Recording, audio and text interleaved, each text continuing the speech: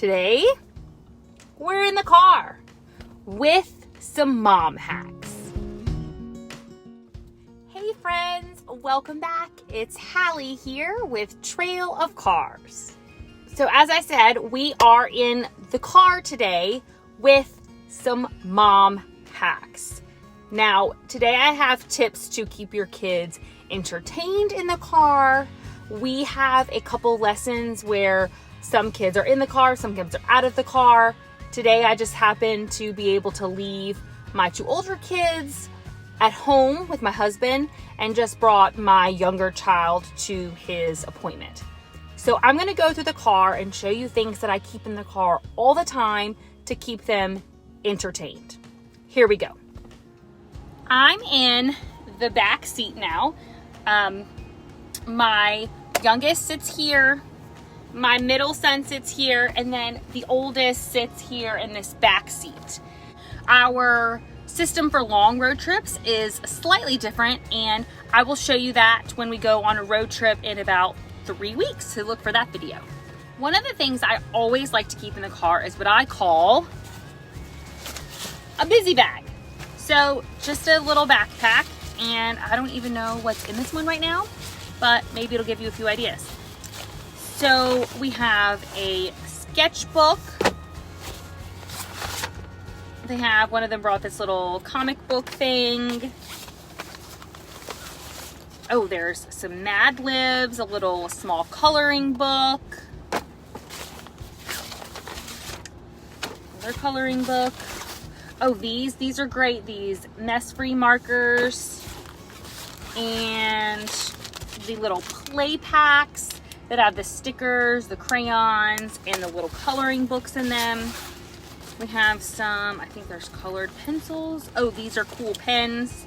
My oldest likes to keep these in there, and sometimes he'll let his brothers borrow them.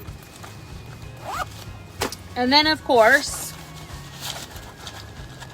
just a few cars. Always take cars with us. So we like to keep this bag in here that if we end up sitting somewhere for a while, the kids can open this bag up and have something to keep their little hands occupied. We like to keep this in here for restaurants. When we go out to eat, I just keep a bag in here just in case we end up out to eat and they have something to do while we're waiting in the restaurant. I try to limit the screens when we're out, just because I do feel like there is value in kids learning how to wait. And I think it's an unrealistic expectation to just make them wait. That's just unrealistic to me. So I like to provide them with things to help them be successful. Like a few crayons, a book.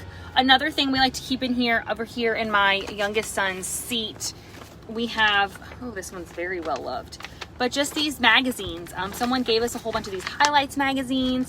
You could even go, to Barnes & Noble has a ton of these magazines. You could just pick up a few and just kind of put them in there, rotate through them every once in a while. And if you don't have magazines handy, encourage your kids to bring one of their favorite books or a small book that they can look at the pictures while you're driving. Sometimes we keep the little, I had some in here, little McDonald's toys in here. Let's see, in my other child's pocket, he has a few pieces of paper so he can draw. Who knows how long this has been in here, but another good thing, just erasers, Buc-ee's erasers.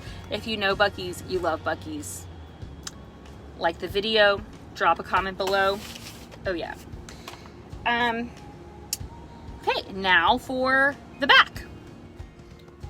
This is an example of the little thing that's on the back of my oldest and my middle child's seat. We use the pockets to store things for the kids. You'll see another little toy down there.